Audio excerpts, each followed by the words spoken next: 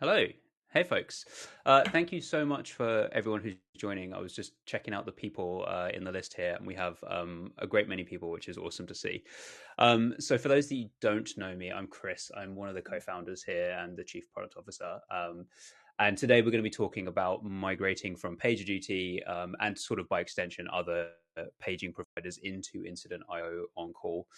We have a lot to cover, and I'll go through the agenda shortly. But before I dive in, a few housekeeping things. So today's event will last no more than an hour, maybe a little bit less, depends on how many questions we get at the end. So feel free to ask those. One other thing is that when we're on stage, and it'll be me and it'll be Megan, one of our product managers shortly, we can't see or sort of hear any of you. So the way to get in touch with us is either leave comments in the chat or use the Q&A functionality. Q&A will be ideal for sort of teeing things up for when we get towards the end. Drop those as we're going through, and people can vote on those, and we can make sure we're answering whatever is sort of most interesting for you folks to all hear about. Agenda then. So you're gonna sort of have to put up with me going through a few slides at the beginning. I promise it will get much better as we go through. We're going to cover off a bit of the foundations of like why teams are making the switch to Incident IO, and then I will talk a little bit about the mechanics of like how we have made that easier for folks. So we've put a bunch of effort into things like the tooling and the way that we can help make that much easier.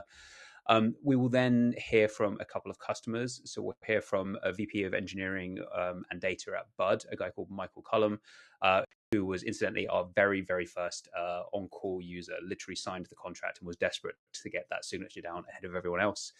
And we'll hear from the CTO of Pleo, Mary Williams, who incidentally was my manager twice in the past. So really nice to have her on. A little bit of a confession on that. We really hoped to get them lined up for this session, but we couldn't sort of line up calendars. So that bit is the only bit of the entire time we're here that will be pre-recorded. It's an interview with Megan. Megan is here. She'll be joining us later for Q&A. Post that, we will jump into a live demo where I will walk through some of how on-call works and some of the behind the scenes. So you'll get to see me sweat as I go through that. And then we will wrap up with that Q&A that I mentioned. So definitely do drop those questions as we go through. Right, let's jump in. So first things first, before we sort of get into things, I want to sort of like make clear that this is not intended to be a whole session that is sort of dunking on PagerDuty. I think if we look at like the impact that they've had on the industry, they have done an enormous amount for people who have run live services. So they're basically the only piece of software, barring a brief tour of Atlassian's products. They're the only product that I have used to manage on call and paging and things like that. And in fact, it was probably the first piece of SaaS software that we at Incident IO purchased when it was just the three of us starting out, and we started having our first customers. We were like, we knew we needed to be online, we needed to have a way to find out about things, and it was just obvious that we would install PagerDuty at that time. So I want to just sort of get that down. Like, I genuinely appreciate everything that they've done, but on the other side of the coin, this is an incredibly fast-moving industry that we are all in, and expectations are constantly changing, demands are shifting, and sort of what the level that people expect from software is sort of rightfully rising. Right, there's just great software everywhere, and so this is sort of the world that we find ourselves in here. And I wanted to sort of like set a bit of the context on like why customers are moving, and rather than sort of me trying to sort of give you a bunch of reasons, pick just like raw quotes that we've had from either customers who have moved to Incident IO on call, or prospective customers who have been talking to us about why they might want to move. So this is sort of their voice. It's not to say I don't agree with it. I do agree with stuff, but sort of want to make very clear that this is sort of voice of those folks mostly. So, like, number one pain that I hear most frequently is this one around rising costs. And I think this is an interesting one in so much as it is rarely the absolute sort of dollar value that people have the gripes with. I think the sort of the thing that people are finding challenging here is the sort of like the costs going up, but the value and the product, specifically the parts of the product that they're using, not sort of changing and advancing commensurately.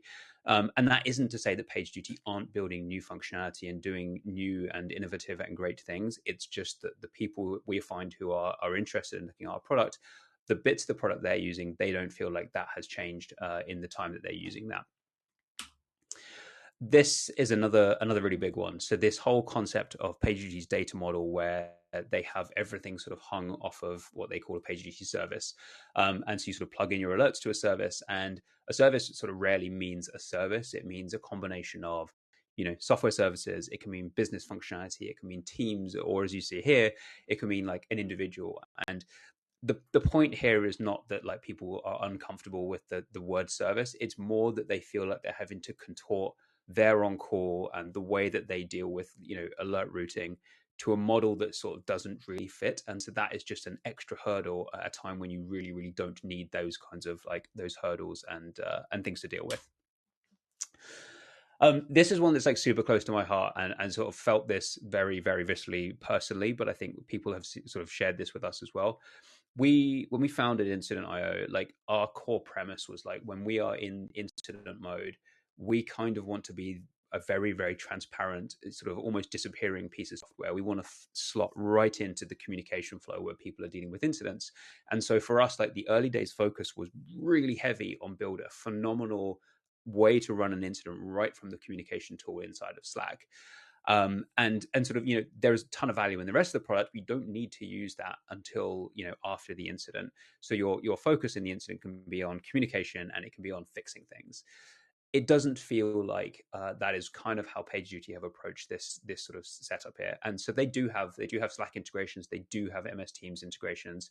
I've looked at both of those. I sort of periodically check in on like how those things are advancing, and it still feels like they are something of an offshoot to the main core product which exists around the sort of PagerDuty dashboard experience. And it's not to say that's bad, it's just not the model that the people who are coming to Incident IO are sort of looking for. Scheduling flexibility is another one. Obviously, a very, very core part of an on-call product is being able to sort of figure out who is on call, the rotation, how you're ordering those people, and getting things set up. I've had to sort of, I think actually just the point here is like these scheduling things in PagerDuty, you can achieve pretty much most things. But again, you end up having to sort of like do weird sort of jumps over hurdles and through hoops to kind of get things to work. So really simple example, like if I want to set up a rotation where I have two sets of people, and one is sort of primary and one is shadow, that becomes very difficult to do in one place, and it ends up revolving around multiple schedules, and trying to join those in an escalation policy just feels messy. And there's a bunch of other examples of things that both we found challenging and our customers have too. And then finally, I think this sort of maybe aligns a little bit with the first point on price or value. The sort of user experience in a world where people are looking for ergonomic software, and that's incredibly important during an incident when time is and focus is such a premium. You kind of want everything to be sort of within arm's reach, easy to get hold of, super super simple to sort of to use, and it doesn't feel like there have been sort of advances in their product that have kind of led to that same kind of experience. So that is sort of like some total of things I'm going to talk about around that side of things. Would love to now focus a little bit more on what we have done on Incident IO on call to sort of fix some of this stuff. To set some context, first of all, we launched Incident IO on call in March last year, and our goal with it was never really to sort of revolutionize the whole on call paging alerting kind of market. I think, as I said earlier, like PagerDuty really got a lot of the things right there. So common data model things like, you need to have schedules, you need to have a way to plug in your alerting systems, you want to have escalation paths or escalation policies. All of those things are kind of there. But what we really wanted to achieve when we were building this was sort of two things. Number one, build a core engine that was as reliable and as robust as PagerDuty. And again, kudos to them, because they have built probably one of the most reliable bits of software that I've ever used. But also to build what we feel is like a markedly better product experience. So, and like there is an aggregation of sort of paper cuts that you'll feel using PagerDuty. And often what people end up doing is what I've done in the past of using their API to sort of, bolt bits onto the side and make things work. So whether it's like, hey, we want to have a schedule that syncs up to a Slack group, that is painful, or I want to pay my engineers who are on call, and I need to use the API to pull all of the sort of the time blocks out of the schedules.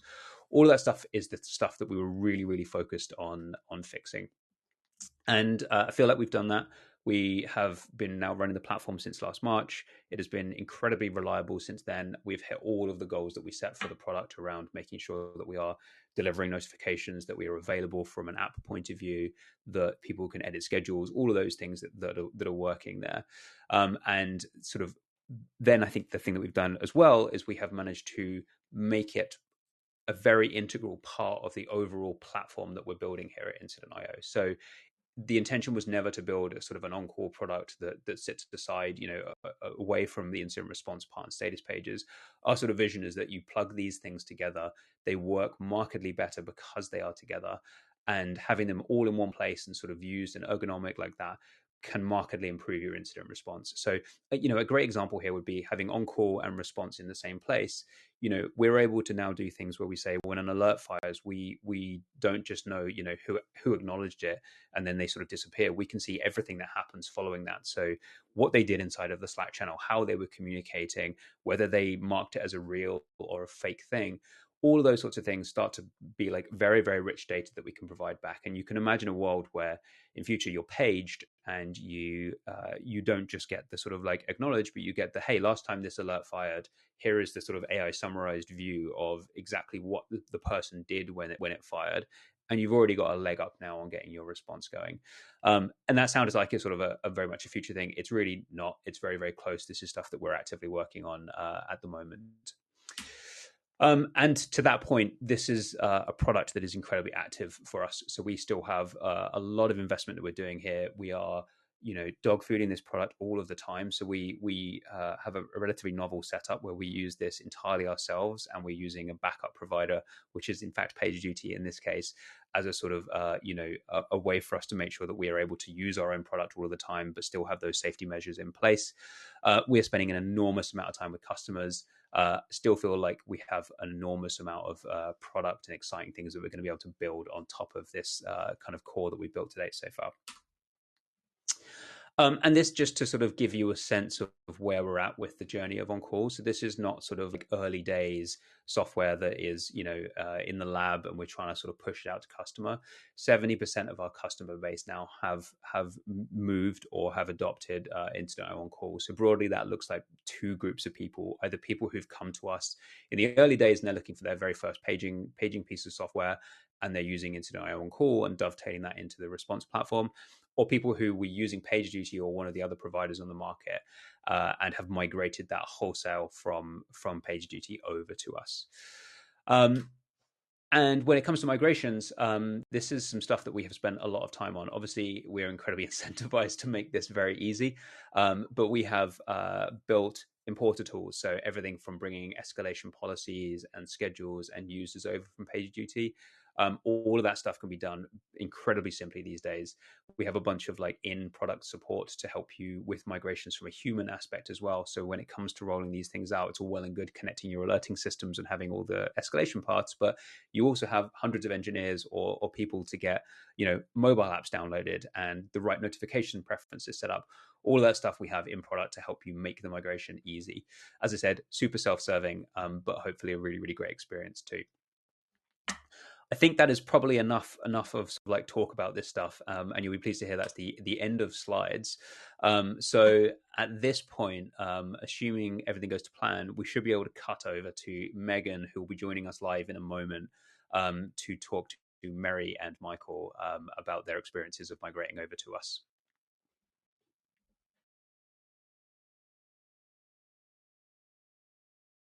Good evening. Welcome you both, Phil and Mary. I guess I would love, before we get into questions, do you mind just giving a quick overview of your roles both at Bud and Clio? Mary, we can start with you. Sure. Hi, I'm Mary. I'm the CTO at Clio. I lead a team of about 250 people across engineering and data, but I've also got some responsibilities for business continuity and the broader business where we also use Incident. Great. Michael? And hi, I'm Michael, VP of Engineering and Data at a company called Bud. We do financial data intelligence for banks, B2B.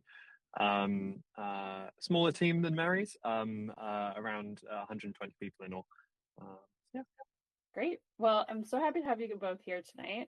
I guess, Michael, I have to ask you first. I obviously am very invested in this. I've been working on on-call for a long time. You were our very first official on-call customer. Would love to just like understand like what gave you the confidence and like to actually make this move, and like such a pivotal part of most like engineering orgs. Just would love to kind of hear out your thought process and how that worked. Yeah, sure. I think if I'm really honest, where it originally started was we were with PagerDuty. We've been with PagerDuty for many years. Why were we with PagerDuty? Because it works, and because everyone else is. And I feel like that's kind of always been the thing with PagerDuty.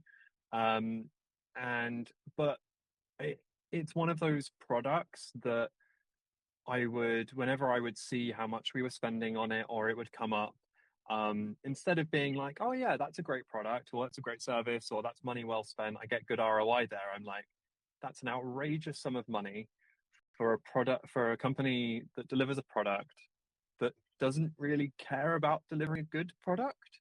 And whenever I would have to use it, I would be frustrated. And when I would speak to people elsewhere in Bud or even other organizations, I think, that frustration of using PagerDuty, it not doing what you want it to, or it being very complicated to do, or frankly, using API documentation that's just completely inaccurate and spending time head scratching to work around it. So for a while, I'd been thinking, hey, if something comes up that is better than PagerDuty, but can still offer those same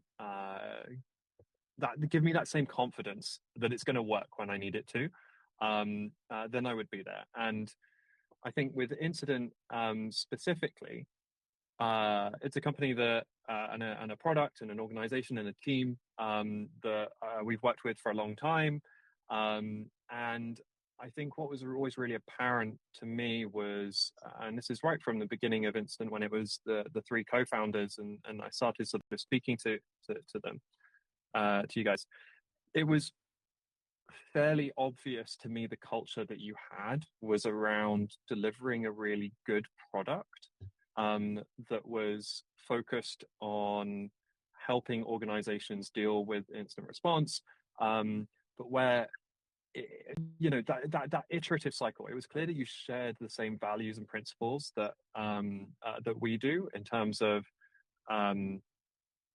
being able to deliver a good product consistently, reliably, but being able to iterate that and make it really easy to use. And I guess it's that kind of slightly cliche, like sparks joy. I creating a workflow for who you're going to page in a certain scenario isn't exactly the kind of thing that one might think of as sparking joy. But being able to make that a process that feels seamless, where it does what you want it to, feels really powerful, but does that in an easy way. I think that's what we were looking for, right? Like a tool that can help us do our business processes, and didn't feel like we were constantly having to battle with it, where I'd actually be happy to pay for the product. So speaking with your team, and it was something that I know you'd had in development for a while, and especially being early, and our initial concern was always going to be reliability, right? And is it going to break when we need it most? This was early days, and I remember spending time with some of the team talking through, like, and understanding what kind of paces you'd put it through, to try and help get that confidence. But then also when we did that rollout, it wasn't just a big bang, right? It wasn't a sudden, hey, we're just going to switch all of our paging over to you tomorrow, no planning and so on and so forth. Like it was a considered process that and I imagine doing it today would be faster. But ultimately doing it okay, we're going to move this team over, we're going to make sure we're really comfortable with it there, and so on, with that mixture of actually understanding how the sausage is made, I guess is the expression, right? Like getting an understanding of what have you actually done to put it through its paces, and understanding that, which frankly, you're never going to get from and we never really got from PagerDuty. To PagerDuty, I always felt like just another customer. With Instant.io, it felt a lot more like hey, let's work together on solving business problems. Yeah, yeah, that's totally fair. I guess Mary, obviously you weren't our first customer, but you were like early on in our journey with on call. I guess like would love to hear like if the pain points that you were feeling with PagerDuty, like what made your transition? Do you have threads of like what Michael experienced, or were there other things that were top of mind to help think about making the switch to our on call solution? So I'd echo a lot of what Michael said. I think we've, as an industry, been a bit frustrated with PagerDuty's approach to their product and service for a long time. But more importantly for me, I just knew that the Incident IO team would have done really good design and really thought through the user experience. And that matters a lot at 2 a.m. when something's broken, right? It matters a lot to get to the right people at the right time in the right order, not wake up the wrong people, not piss off the wrong people. And so I think that attention to detail really mattered to us. And it was a super, super smooth changeover. I think we ran in parallel for like 1 or 2 weeks. I once did have something escalate in the incident because they'd acted in the one side and not the other side. And I had to demonstrate to our executive team that that's why my phone was making a noise, even though we were in the middle of an exec offsite. But it otherwise went extremely smoothly to switch over, and it's just such a better user experience, especially when you're under pressure and something's gone wrong. So I know you're like not in there like fully like day to day, Mary, but I guess are there any features or like capabilities that are top of mind that you're like, oh, this brings like a lot of value to our team, or like something that maybe surprised you in using our solution? Yeah, so I mean, you say I'm not in there all the time. I'm permanently on call. I'm one of the people who's the level of escalation. I log into, I open up the incident app and it says you are on call forever, which is its own joy. I think a couple of things that stood out: how easy it is to get cover. If you need to travel home for half an hour, or you've got to just put the kids to bed, or those sort of small handover pieces, which are, in the past it was just so clunky and painful to do that. You wouldn't bother. You'd just be like, well, I'm going to hope that nothing comes through in this half hour when I'm on the tube and nobody can reach me, or I'm going to apologize a lot to my spouse if I have to run away from bath time or bedtime or whatever because my phone goes off. And I think now it's just so easy and simple to get that cover. That's one of the things I really like. I love that. I also think Michael knows how it feels to be on call forever. I guess, Michael, any features or capabilities that come to mind that like stand out to you that you really enjoyed or have found value in? Yeah, I think the ability to be able to iterate processes and like learn from things. So for example, being able to be like in a situation, you have an incident, it's like it would have been really useful to have the relevant account manager, particularly if it's impacting one client, sort of automatically called into the incident earlier, and it could have improved our comms, for example. You can take that learning in a post-incident process, and then someone can basically do that in like 5 clicks, right? It doesn't take hassle to have to learn and iterate and improve. It's just a case of thinking, hey, I wanted this improvement, and being able to then go and like execute that very easily. And I think being able to iterate and improve your workflows, your processes around incidents and so on and so forth, that's super valuable. And it's just so much easier to do when the tool is working with you and working for you. So yeah, that's where I'd almost kind of go down as my favorite value add. I love that.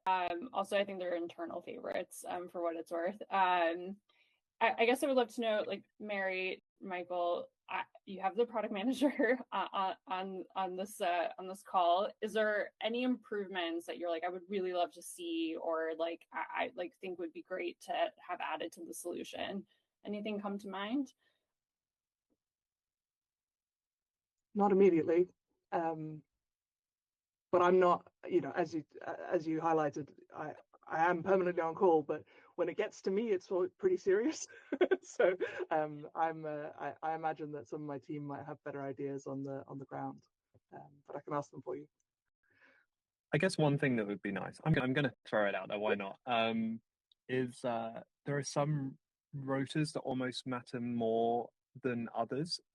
So there are certain out of hours rotors where I have certain restrictions where it's like, okay, I'll be at home when I'm on the call for that rotor or so on. And there are others where it's like I'm the fourth level instead of like Mary, I'm the final level for all of them, so I am on call forever. But there are somewhere it's like the third level of escalation, and we have different restrictions around that. It would be nice if you could sort of have different notification rules for different rotors. Would be, but I think that's a feature that's probably useful to a fairly select group of people within any organization. But that I to be honest, most of the time when I think of feature ideas, I just mention it to you on Slack, and it seems to magically appear at some point in the near future, exactly to that point of having an iterative approach where you listen to your customers, and that's awesome to see.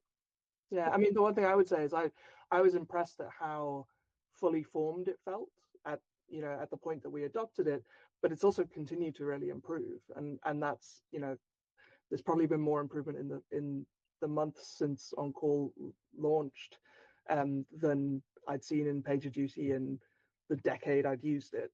I think that makes a big difference as well. Yeah, for sure. Cool. Well, I guess maybe to wrap up, I would love, maybe Mary, you can go first. If you were talking to another engineering leader that's considering making the switch, like what advice would you give them as they're considering potentially moving to incident for their on-call? Do it and don't worry about it. Like it genuinely was a non-event in our company to switch over. It was so easy. We ran in parallel for a very brief period, and everybody was completely happy with it so fast that we just switched over and turned it on. So I would say this, sometimes when you're messing with something that covers incident management or your resilience side of things, you get very worried and feel like it has to be a multi-month program of work to get it done. And I was very pleasantly surprised that wasn't the case with this. I love that. I guess, Michael, anything that you would like to add there? Yeah, I guess having a little bit of a plan definitely kind of helped us, being like, okay, it's gonna be this team first, have that trial. If you're gonna dual run for a little bit, like understanding what that looks like, communicating about it. But I think the key thing is you're doing that to gain confidence and help your team gain the confidence more than anything. I think sometimes with these things, especially if you're the person who is interacting with these with other third parties and organizations and vendors, it's very easy for you to be like, oh yeah, I know it's going to be fine. But there might be other members of the team who are like, but what does the paging noise sound like, or so on, right? So having that sort of a little bit of a few weeks there and having a plan, communicating that really clearly to people, especially if they're on call, and sharing that information, I would say is super helpful. But I think you've got a whole load of guides that kind of help people walk through that process. So yeah, for sure. Cool. Well, this honestly was so great. I obviously love chatting with you, and thank you for your time. And I think that's it for us. Awesome. Thanks very much. Thank you. Thanks for having me.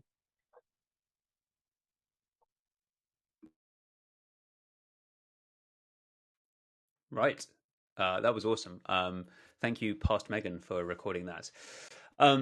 Right, now is the bit that I've been dreading, not because I don't like using our products, just because everyone knows that everything goes wrong when you try and do a live demo. And I'm making it like extra hard by trying to do this across like my Mac and my phone and various other things going on here. So everyone keep your fingers crossed. I'm also going to disappear from the screen so that you can see my actual screen full size like this. Hopefully everyone can still hear me.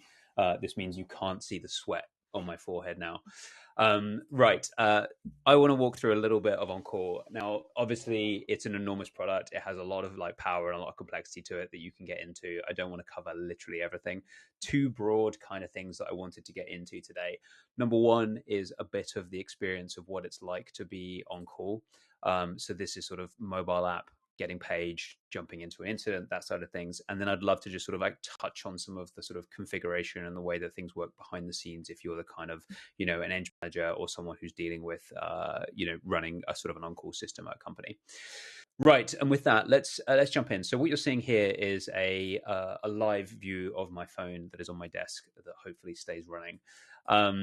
You can see this is sort of the main landing screen here, and a few things sort of to sort of call out here. So first of all, we have these cards at the top. These are escalation paths. Now, escalation paths are just the complete analog for us of an escalation policy in PagerDuty. So you can think of them similarly as sort of schedules, things like that, tiers, escalating sort of ways to get hold of people. And what I can see here in this setup that I have is that there are 3 escalation paths that I'm on. I'm on this platform team, the engineering one, and I'm level 1 on both of those. And on the payments team, I'm a second point of contact. So you can see the card is a different color. I'm not going to likely to be paged, or fingers crossed, I might not be paged as I'm a level 2. So I'm there if someone there on the level 1 doesn't answer in time. Other things we can see down here is sort of active incidents happening at my organization. So this is a good way for you to sort of keep a pulse on things. Tends to be a really nice way just to stay in touch. Like I use this personally for Incident IO's incidents to sort of keep an eye on what's going on without having to jump into Slack or anything like that. And we can jump into any one of these incidents and you can sort of see what's going on, like who reported it, how long it's been running for. If there's any in here that have any updates, you'll be able to see sort of summaries, things like that. Any linked alerts would be in here as well. So not trying to sort of make this the hub of your incident response, but fundamentally like a good place to be able to get enough information. In terms of other things, so we have all of the incidents that are going on as well here. So you can jump into literally everything that's ever happened and sort of find your way through those. You can look at just your incidents. So if you're curious about previous things that you've been in and you wanted to quickly go and reference something, you've got that to hand here too. And then the other kind of core part of the mobile app experience is the scheduling one. So this is the kind of thing that we expect to be one of the primary surfaces that people who are on call are using, right? If you're on the go, this is how you should be able to check, am I on call? If I can't do on call, how do I get cover? How do I do overrides?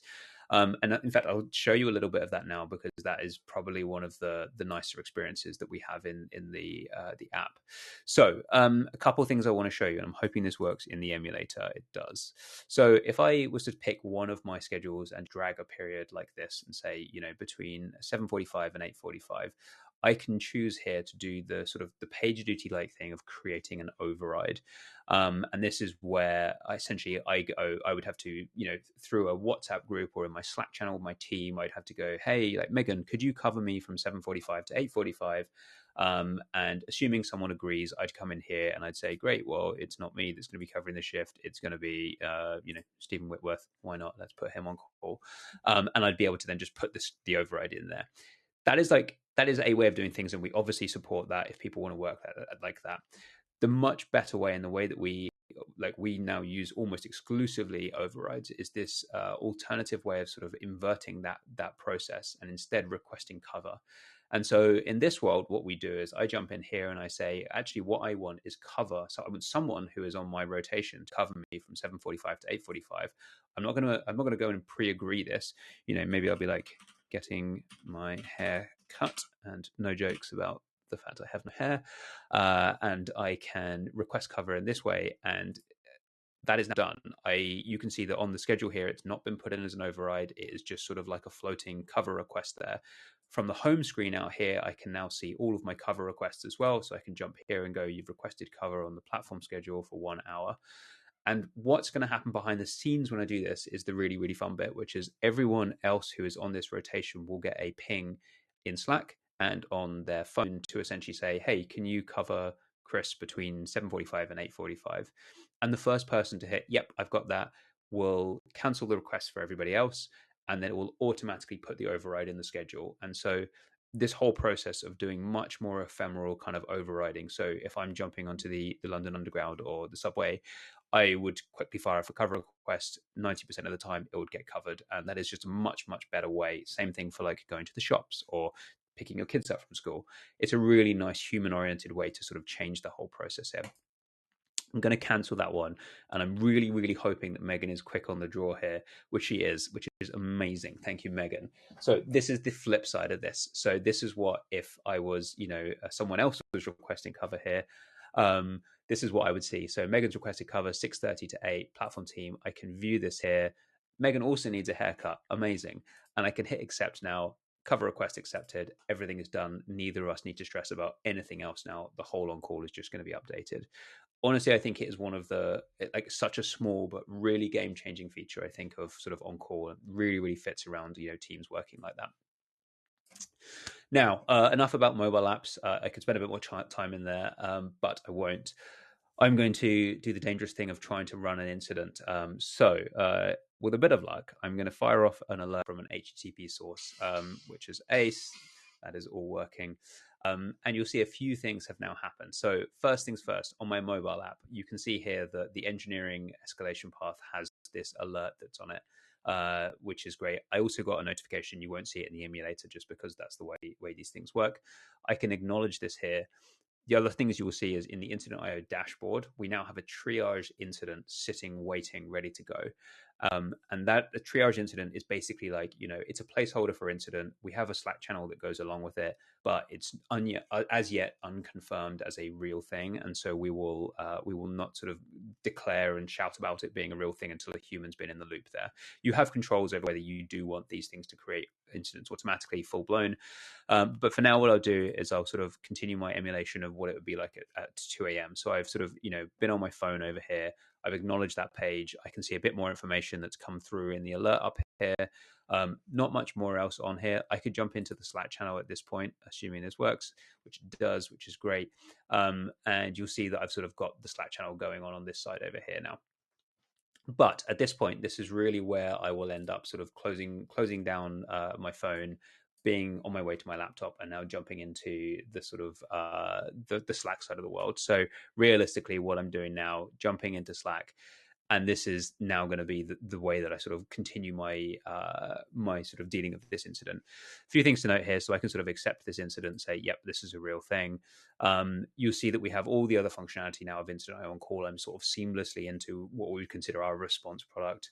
We've sort of pulled these things here, so we have like custom fields that have been set. And I think someone asked a question about how tightly we integrate with catalog.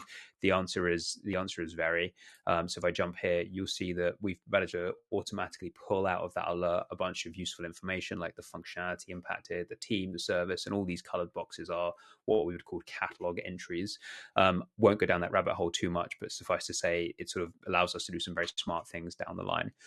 And at this point, really, like you're in full incident mode. So if I just throw a bit of contextual messages in here to help make it look a little realer, or more real. And now I can do things where I can just, use our standard things. So at incident, I could be like, write me an update and bump the severity up, please.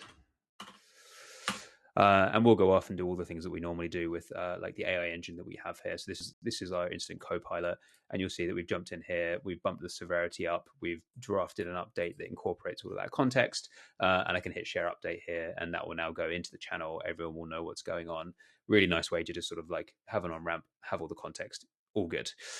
Anyway, I think that is sort of enough about like the incident flow. Don't want to go too deep down the rest of response here, but would love to now switch gear a little bit into the what does it look like to sort of administer and look at some of the sort of the bits behind the scenes of what makes on-call work.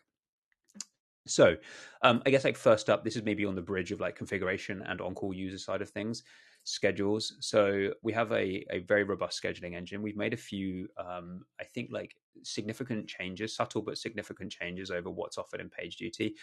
Probably best explained by just building you a schedule from scratch. So we'll call this the, database team. You can see we can put things in the right time zone. We have this integration with public holidays. So if this is a rotation that maybe spans the UK and the US, I can add that here. What that does is it puts into the schedule like context around like those public holidays. So imagine we're in a world where we're split across the UK and the US, and we've got St. Patrick's Day in Northern Ireland. Well, maybe we want to put in an override really quickly there, something we can do very, very easily with this sort of extra context in here. So it's helpful for sort of engineering managers managing these kinds of rotations. When it comes to then the sort of setting up of an actual schedule, we can jump in here and we can sort of add all of the people that we want. very sort of similar. If you're familiar with the PagerDuty model, we can now have, these are a set of responders. We can have specific times of day that they're on call. We can change whether they are in weekly, daily, or sort of custom arbitrary patterns of rotations in this world. And that's, I think, where the sort of similarity with PagerDuty ends. So there are now a few really cool things we can do. So inside of an incident IO schedule, we have this concept of rotas, and a rota is you can think of it as sort of like a line item inside of the schedule. And PagerDuty, where it allows you to have layers, we allow you to sort of have these rotas, but these rotas don't have to resolve down to one single layer. You can have multiple people on call at any given time in a schedule. So let's imagine we want to have this database team, and we've got some newer members on the team, and we want to allow them to be able to, at certain points of the day, maybe during working hours initially, they want to be able to be shadowing. What we can do now is we can add this other rotation. I'm going to call this rotation shadow. I'll call this one primary, just so that we're clear on what's going on here. And you can see now that we have that schedule set up. Nobody is on the shadow schedule. That is another sort of small tweak that we've made, is you can have schedules that have nobody on call. The amount of times I've had to create like fake users in the past to make this work is sort of a little bit painful. So this is now a schedule that is set up. If we look at this here and we jump into this database team now, this is how it's going to look. So very familiar, you can see what's going on. But this sort of nobody shadow schedule, this allows us to do things like this, where we get to go, well, maybe between, these hours here for 14 hours, someone like, Aaron wants to be shadowing, and just sort of for that little spell doesn't want to be on the rotation, but just sort of want to learn on the job. We can now do that really easily. And whenever this schedule is now paged, we will automatically make sure that the person who's on primary and the person who's on shadow will both be paged equally here. So really, really nice sort of advances we've made there. Things we can do here as well, connect schedules to Slack groups. So if you want to have, at database team on call, you can have that. We will keep that group always live and up to date with what's going on in the schedule here. I will sort of spare you going way, way deeper on schedules, but there's a few other ones. So, things like USA, UK type of things. We have all of these out here. You can have arbitrary, like very, very complex, multi-rota schedules. And we have some folks that are doing that kind of thing as well. Right. That is sort of a quick walkthrough of schedules. Where to go next? I guess let's talk a little bit about escalation paths, because they're sort of the next sort of adjacent path. Escalation paths, as I said, very similar to escalation policies. We can do all the kinds of things that we might want to do with one of those. So in the simplest case, when an escalation sort of arrives, what do we want to do? In this case, we're just going to have one level. It's going to notify an individual person, give them some time to acknowledge, and then if they don't do that, repeat 3 times. Slightly unrealistic. More likely what we're going to do is want to pick our database team. We can either choose the sort of default option here, is just the currently on call people, or we can choose everyone from that schedule. But we'll do this, and then maybe what we want is a backstop of an individual at this point. We'll have Megan as the sort of manager of this database team. A very, very conventional escalation path setup here. We can do a bunch of nice things around like round robin and all sorts of various things within these levels. I won't go into the great depths of that stuff right now. Suffice to say, you can hit all the points that you get there with PagerDuty. What we can do that's really, really nice, though, is slightly more advanced concepts here. So this is now what we would consider like a multi-path escalation policy. What this allows us to do is things where we can say, hey, well, if it's within working hours, which we can define, we want to just send it to a Slack channel. And that's sort of like a shared responsibility to deal with those alerts across a team. And only when it's out of hours do we want to have like a dedicated person who is on call dealing with those things. And we can do sort of arbitrary branching on all these things here. We've deliberately kept it to be sort of like Boolean conditions so that it's very, very obvious that you always have alerts rooted somewhere. One of the things we were nervous about here is just, building very complex things and not really being able to interrogate whether alerts are going to arrive at the right place. So anyway, that is escalation paths. Where to next? I guess like alerting. This is obviously the place where you're going to sort of care about the final piece of the picture here. 2 things I want to highlight here. First things first is that we can replicate the exact same model of like a PagerDuty setup. If you want to have, bring across services one for one, we have that. We have this concept of alert sources. Now, this would be what I think PagerDuty would call like an alerting integration on a service. And so in this case, we've got like our platform team alerts coming from Datadog. And then we have alert routes or alert routes for our American friends, but I'm going to call it alert routes so I don't sound too douchey. We're going to call it alert route, and we have this platform alert route. And an alert route in the simplest case can be thought of just like a PagerDuty service. So if I click into this, what this is doing is it's receiving alerts from a particular place. In this case, it's not applying any filters. It's just running everything straight through, and it's escalating alerts straight to this platform team escalation path. It's also doing some cool stuff around like incident creation, and we can choose to send things to Slack here as well, but won't go down that rabbit hole for now. Very, very simple, very static, one for one with PagerDuty. What it does mean is that you end up with a lot of repeated configuration, a lot of alert routes and things like that, which was something we were really, really keen to solve when we were building this platform out. So the other side of doing things, the other way of doing things is what we would call dynamic routes. And to the question earlier around like how tightly is it coupled with catalog, this is really where catalog comes into its own. I'm going to very, very quickly, and don't want to go too far down here. Catalog is essentially a way for you to bring a bunch of things from your organization into Incident.io. So if you have a service catalog, that is a great starting point. It allows you to bring things like teams, services, business functionality. You can really define anything.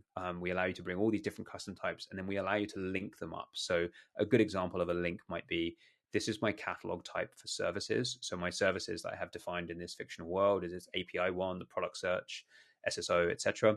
And these services have owners, which are teams. So in this case, the core team owns the API service. And you can see that these are all clickable, which means it's sort of taking me to another catalog type. So if I click on that, this is now the team catalog type, and the core team has now these things about it. And one of the things that teams have in this world is escalation paths. So you can sort of see that you can jump from service to a way to escalate to someone via this sort of like routing that you have in catalog. Hopefully that has sort of done enough just to motivate how some of this works. Hopefully this now becomes a little bit more clear. So this is a dynamic alert route. Here we're receiving alerts from multiple different sources. And in this world, you could just plug in Datadog and have it send literally every single one of the alerts straight into Incident.io. Again, not applying filters, but this is where the sort of the magic happens. So in this case, we're going to choose how we're going to escalate people, not sort of statically and saying it's the platform team, but we're going to look at the attributes that are on the alert. So we do this sort of unpacking of alerts, and we can sort of look at things in there and say, hey, well, let's look up in catalog which team this is and which service this is referenced in this alert. And then we're going to use this here. So we're saying start from the team that is referenced on this alert and then navigate to the escalation path. That's the super simple case. A slightly more advanced thing is then if it doesn't find that, we can jump here and say, well, if we don't have a team, let's use the service that is listed in the alert itself. So if we have the API service there, we can then navigate from the API service to the owner of that service, which is a team, and then we can navigate to the escalation path for that team. So I get this is a little complex. Hopefully I haven't lost you along the way, but suffice to say, what this allows you to do is to have much more static, much more stable sort of alerting configuration, and all the dynamism of, people moving between teams changing who's on call, services changing ownership can all be centralized into catalog, and your sort of alerting configuration becomes markedly simpler as a result of that. Right, I'm going to pause there because I could go on for much longer, and we have 10 minutes left, and I would love to get to some Q&A. So hopefully we can push some magic buttons and bring Megan on screen as well. There's Megan in the flesh, not pre-recorded. Nice to see you, Not Megan. by yourself anymore. Yes. By way of introduction, mentioned it earlier, Megan is our product manager for the On-Call product here. So she has been here from the earliest conception of this product right the way through to now, seen all of the hundreds of customers adopt it, and so has like a wealth of knowledge on everything. And she's also great at doing pre-recorded videos. So Megan, thank you so much for joining us. Let's get into questions. And worth saying, folks, as we're going through this, feel free to drop more questions in that side panel. We would love to get there, and also vote on the things that you're interested in hearing more about. Let's jump straight in. Where to start? Let's go with the one that's at the very top, Megan. Is there a main feature of Incident Call that makes people want to move, or is it like a lot of little things getting better? Yeah, I think this is a good question. I mean, in essence, people want to buy an on-call solution because they want to be woken up when things go bad. So they want to make sure that you have that. But like ultimately what makes the move over to us quite interesting is I think because we've gotten a lot of the things that have been quite painful a little bit better, but the reality is I actually think our main feature of why people like our on-call solution is actually because of our other products. So how our on-call solution fits in with our response product. So not only are we waking you up, but then what is that experience after you've been woken up? How do we take you through? I mean, Chris, you walked through this in like the slides, but also like a little bit of the demo. But like, how do we take you from that journey of waking you up and then actually mitigating and like addressing that potential like alert or issue, going through postmortems and your post-incident process? I think folks that tend to come to us looking just for on-call tend to be like intrigued by seeing a response as well. So even if you're coming, oh, I just want a paging solution, we're like, oh, actually you get all these other benefits on top of it. And I know you just lightly touched on catalog you can use for if you're using our on-call product and or our response product, but like that is something that like powers like everything and makes it really, really nice, makes it really easy. So I think it tends to be like how all these things fit together, which maybe feels like such like a company like, oh, like of course it's all your products and how you fit together, but I genuinely do think it makes it a better experience for people that are on call. I don't know if you feel the same way, Chris. No, I feel completely different. No, I agree. I think the answer is sort of slightly unhelpfully a bit of both here, which is like people are really excited by some of the really nice little features. Like honestly, the number of people who I've shown cover requests to, and they're like, "Oh my god! Like I didn't think of like just like flipping it around. That's awesome." But I think the real interesting bit is the intersection of like on call. Like honestly, like and I don't want to like put down your product, Megan. It's an awesome product, but it's solving a very acute problem.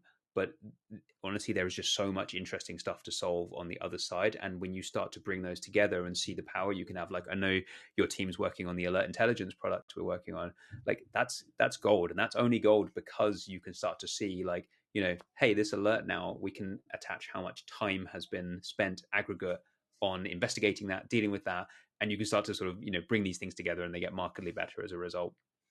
Yeah, agreed. Nice. Let's jump where are we going to jump to? Let's talk about this one. It's slightly tangential, but I think it sort of like leads to the it sort of reinforces that point of having the two products being connected, right? Which is, we have this is typically what we would put as part of the response product, but it tends to feel like one nice flow, and having on call connected is super helpful, being able to sort of see in the post-mortem not just what happened when you jumped into Slack, but everything before that as well, right? Yeah, I think with the postmortems and action items, yeah, it's like getting the whole flow from being woken up to fixing the thing, and then fixing anything after the incident has actually been addressed. I think at least internally, like I think actually what's interesting is the way that we look at incidents. Basically, everything is an incident internally. This is like I think something is maybe controversial for some organizations, but like anything that might be super small, we might make an incident just so that we have a place to like understand what's happened. Our larger or major incidents will always have like a postmortem, but even for our smaller like incidents, we'll also be like there's learnings that we can take from that. So we use like learnings or postmortems to understand like what happened, and then obviously take action to make sure that those can't happen again. I think what's nice is like you kind of alluded to this with like our alert intelligence product, but like now we can actually then like feed that back to the beginning. So like, are there action items to like help be like, oh, you should actually look at these alerts that are an issue, or like maybe you should fine tune how those alerts are waking you up and stuff like that. So I think having that whole end-to-end process has made honestly like all parts of the product a little bit better. I don't know if that fully answers the question, but I don't know if you have anything to add. No, I think that's good. There's an interesting one here about migration and the sort of the PagerDuty, Datadog integrations and sort of like alerting providers. How automated is that integration side of things? Yeah, so right now we have an importer tool from like Duty and OpsGenie to bring in your schedules and escalation paths. We don't have a way to import your alert sources yet, though that is something that we are discussing. I think the challenge with the alert sourcing is that everyone sets up their alert sources in a slightly different way. So this becomes a little bit more difficult in terms of like, how can we create something that's easy to just like click a button and port over? And even within organizations, the way you could set up your Datadog like alert source on one team could vary from another team. So that's something like we don't want you to be in a position where like your alerts aren't firing correctly. So this is something like we don't have an importer tool yet for alert sourcing. That said, like we also have like a lot of migration documentation and support that we use to help make sure that that is like not a painful process for folks. Yeah, worth saying as well, if you move to the model of like doing your routing and alerting inside of your alerts inside of the alert route, then the setup of like a Datadog becomes just send one connection to us and pump everything in our direction. It's sort of like you can circumvent that need to set up n different connections for all your different PagerDuty services. This is a really great question. Mitchell asks, like, with a system where like there's a Slack channel created for every alert, what's the approach that prevents like 100 Slack channels being there and you're suddenly like, well, where the hell do I communicate? How do I deal with that? Megan, take it away. Yeah, actually, I feel like this comes up a lot because I do think that this is something that is very different in how a lot of folks have used PagerDuty or like an OpsGenie to date, and like how we think about an on-call solution. So obviously, if you're using a PagerDuty or OpsGenie, you're creating an incident usually after you have gotten paged. So there are ways that you can group alerts. And you can manage noise, or like if you're getting blasted on your phone, there are ways that you can manage it that way. Now, the way that we think about alerts is like actually we are going to create triage incidents off an alert, and you can create grouping off of that. So that can be time based. It can be like, oh, these are all owned by the same team or the same service, and we will send alerts into the same triage incident channel. So a triage incident won't cause like as much noise unless you determine that actually it's an incident. And like additionally, you can start to actually group and say, well, oh, this alert is actually tied to this. They're all related, or actually no, and you can chuck that alert out and create a new incident off the back of that and then page accordingly. What's nice is that you can manage that within the incident channel. And that grouping happens there. So we also have like a grace period. So you could say, actually, like, don't page off these alerts for 5 minutes. So like, let me manage them if I'm actually in the incident channel and I'm not creating additional noise. So the actual grouping happens within the Slack channel, which we think is a better experience because usually you can communicate with other people. Other people can see what's happening. You can be like, hey, is this actually related or not? Versus it potentially being just me on my phone, figuring out what to do. And determining if I need to create an incident with like other tooling. Yeah. It is a slightly different way, I think, of looking at some of this stuff. But I think most people have really enjoyed like that switch. I think there's a lot of benefits in kind of moving in that way. Yeah.